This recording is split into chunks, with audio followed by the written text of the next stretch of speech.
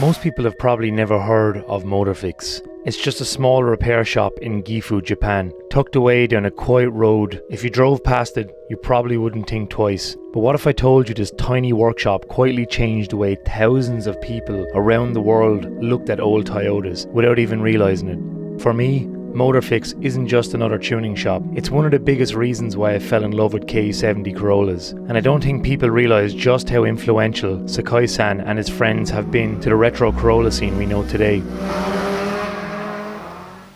Back in the late 2000s and early 2010s, the internet was a very different place. There wasn't YouTube the way we know it today. Instagram barely existed. If you wanted to discover cool cars, you'd spend hours digging through Japanese blogs, speed hunters articles, forums and websites like Minkara. Every now and then you'd stumble across something that completely stopped you in your tracks. For me, that was MotorFix. At the time, everyone was obsessed with A86s, Silvias, Skylines, RX-7s and all the usual heroes. Then suddenly these rough little K70s started appearing online. Dented, scratched, covered in mismatched panels, small wheels, steel bumpers, cars that looked like they'd been rescued from scrapyards, and somehow they looked cooler than anything else. That completely changed the way I looked at cars. MotorFix wasn't trying to build show cars. They weren't chasing perfection. They were proper drift cars. Cars that got repaired, modified, driven, crashed, fixed again, loved. Every scrape told another story. Every dent meant another day at the track. And somehow, all this stuff made the cars even cooler. What fascinated me the most was these weren't expensive cars. They were just ordinary Corollas. Cars almost every country in the world received in one form or another. Ireland had lots of them. Australia had lots of them. New Zealand had them. America had them. Thailand, Malaysia, South Africa. Pretty much everywhere. People never looked twice at him. But Sakai-san did. When I finally met him years later, he told me the story himself. Back when he was in college, he couldn't afford an A86. Like so many young drifters, that was the dream. But dreams cost money. A friend of his had told him of an old E70 Corolla sitting abandoned at the college. Nobody really thought it was worth anything, so they simply gave it to him for free. And that became his first drift car. Older drifters around the mountains were already using E70 Corollas, and they showed him something really important. Underneath so much of the car shared parts with the A86. Suspension could be used, axles, mechanical components. It could all be switched over as they were a very similar chassis. There was far more potential than most people realised. So Sakai built his first four-door K70. He drifted it, entered competitions, learned the craft. But here's the cool thing, most people eventually move on to newer cars. Sakai didn't. The rarer the K70 became on the roads, the more he fell in love with it. It wasn't about value, it wasn't about trends, he'd simply fallen in love with the shape. As the years went by, he opened a repair shop in Gifu called MotorFix. Little by little, other people who shared the same obsession with this chassis found him. And before long, there was this incredible little group of friends all building, repairing and drifting E70 Corollas together.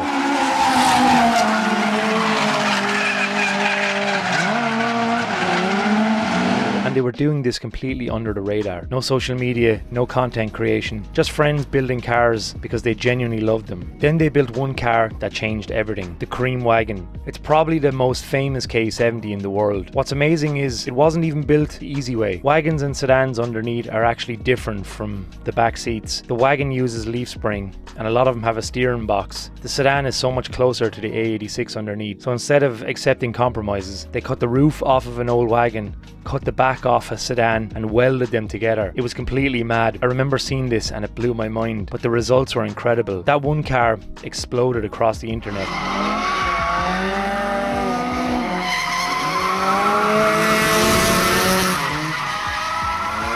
Speed hunters featured it, Japanese blogs featured it, photographers travelled to Gifu just to document their strange little workshop, and suddenly everybody realised, hang on a second, I've got one of these sitting at home, or I know somebody up the street with one of them. People started building K70s all over the world. Entire communities began almost overnight, not because someone told them to, they saw what MotorFix had done. Then came the grey 1UZ e-powered coupe, another completely bonkers build. Again, Sakai wasn't trying to create a trend, he was just experimenting. But once people saw a Lexus V8 sitting inside one of these Corollas, another wave of inspiration spread around the world.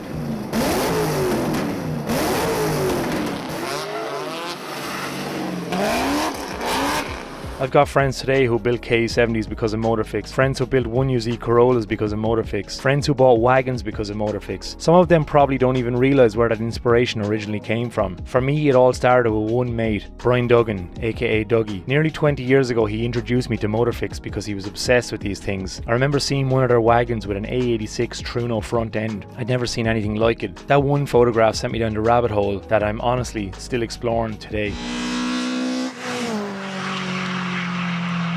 I spent years digging through old Japanese blogs, saving photos, watching grainy videos, trying to understand this tiny little world that existed on the other side of the planet. There was something magical about it. It wasn't polished, it wasn't commercial, it felt real. It felt like a group of friends who simply couldn't stop building and driving the cars they loved. MotorFix taught me something that I've carried with me ever since. Rough can be beautiful, character matters. A car doesn't need perfect paint to be special. Sometimes the scratches, dents and repairs make it even more interesting. That philosophy has influenced me in so many of the cars that I've enjoyed over the years, and it definitely influenced the wagon sitting in my shed today. So after almost 20 years of looking at this place on a computer screen, I finally decided to build up the courage to make a trip. I won't lie, I was nervous. Meeting someone who's unknowingly shaped your enthusiasm for decades is a strange feeling. I really didn't know what to expect. But the moment I arrived, Sakai welcomed me like an old friend. He showed me around the shop, we talked about Corollas for hours, he answered every question I had, then he took me out for dinner in his K70 wagon. Most of the day I barely filmed anything, not because I forgot, because I wanted to experience it. Some moments don't need a camera, they just need to be lived. That visit ended up pushing me even further down the K70 rabbit hole, and you'll definitely see more of that journey later on this channel. But before we get there, I just wanted to say thank you to Sakai-san,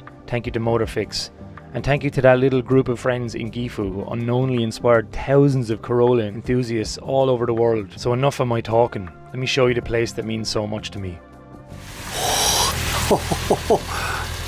Oh man.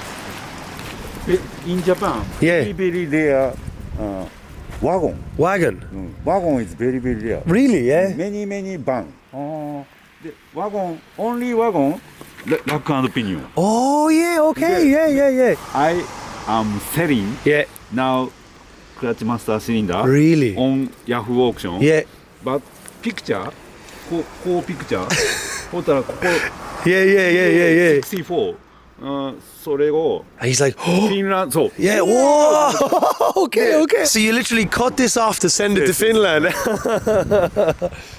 So this car only 200 sold in Japan. Wow. Very rare suspension. Oh, F series. F series, yeah. It's same as 86. Yeah. Very rare. Yeah.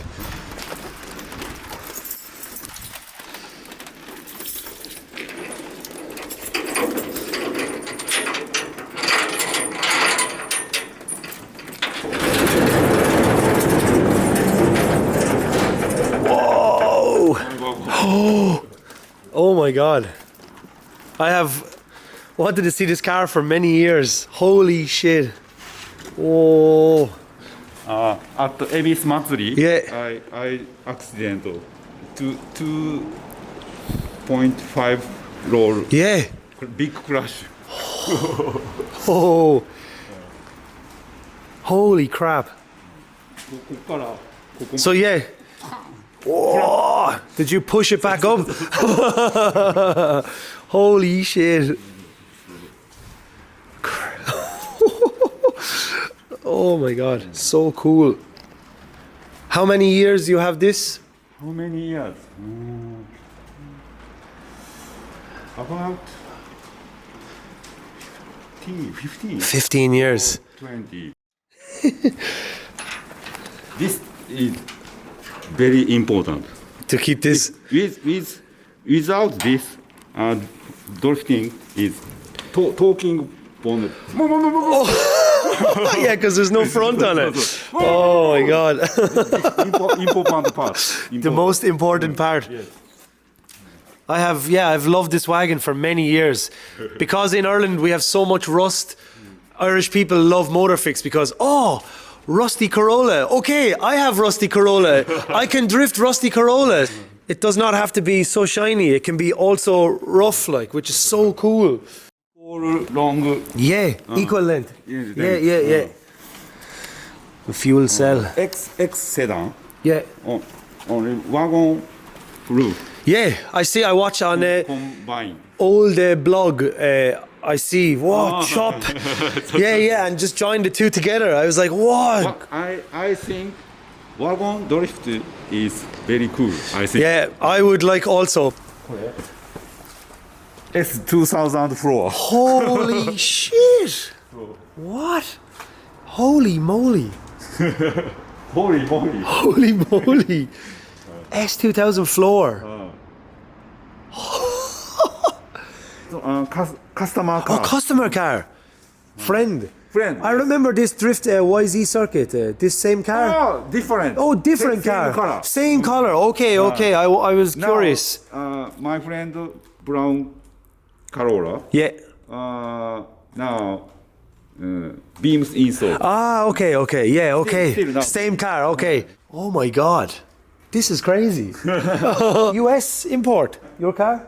Yes. Two-door also. Like US style. Yes. Two-door sedan. Big bumper. Yes. This bumper on a GT model in Japan. No, Yes, same bumper. Yeah, okay. GT. Interesting. That's crazy, man. Like 4AC. 4AC. Yeah. Made in Japan, USA, back to Japan. Oh. I think so. I don't know. I think so. Whoa. Quad. Yeah. Quad like sedan. Original style, Yes. not 4AG.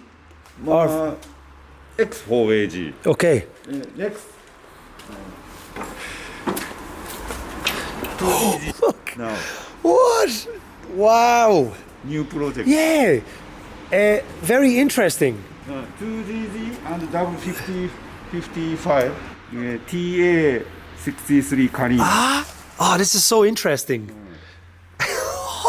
Height in engine bay. And Test try. is test okay. try. Okay. No hit. 4AG too expensive. Yes. I sold out. Yes.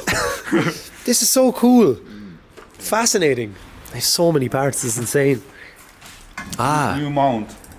Bell housing. From Australia. Really interesting. rare. Yeah. How many years she have this? Long time. Yes.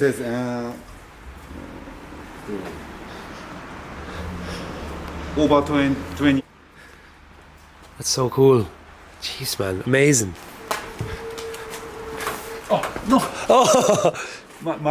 My friend Yeah. installed 1UZ. Inspection okay. Okay. Yeah. Legal. My mind is blown in here. I don't even know where I'm going to put this into a video, but oh my God, so good to see these cars. Like, just this place is totally overwhelming. I'm very aware that I've kind of showed up to these guys uninvited, but he's been so sound to me. So I'm just going to just make a small video on this. I really wanted to just call into MotorFix to just express my gratitude for the inspiration over the years, especially going now that I want to build a K70. But yeah, my God, unbelievable. This GT. is the GT model. Disc brake. Oh, and engine 2TC. 2TZ. 2TC, yeah. T-code axle. Same as Hachiroku, yeah? Yes. Yeah. Original USDM bumper style. No. Ex-owner Changed from to. bumper. Yeah. Moto originally big bumper. Big bumper. P50 transmission. Oh, beams. So, beams is best engine for drifting, or is it? Do you prefer beams to 4AG, or is it because beams is cheaper? Beams is cheaper. Cheaper is best. So but Price is increasing. sorry. Yeah. Next engine is 2ZZ then, maybe. I think 2ZZ is cheap. No. so. No more cheap engines. Everything is expensive. I think next motor is Honda A K24 US style, like yeah. I think so also.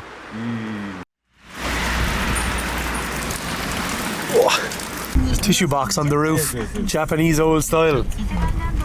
This is funny. I didn't envision my day driving around in a Corolla wagon know, in the hills of Gifu. It's pretty insane. Unreal. This is great. Chrome. Yeah, chrome. This is amazing. So we're up at his friend's house and he's shown me his low roof wagon and it is absolutely beautiful. Look, rebar Casablancas. Oh my god, I'm overwhelmed. Look at this thing, absolutely gorgeous. Oh my god, that's amazing. Perfect style. Look at this. This is his daily driver.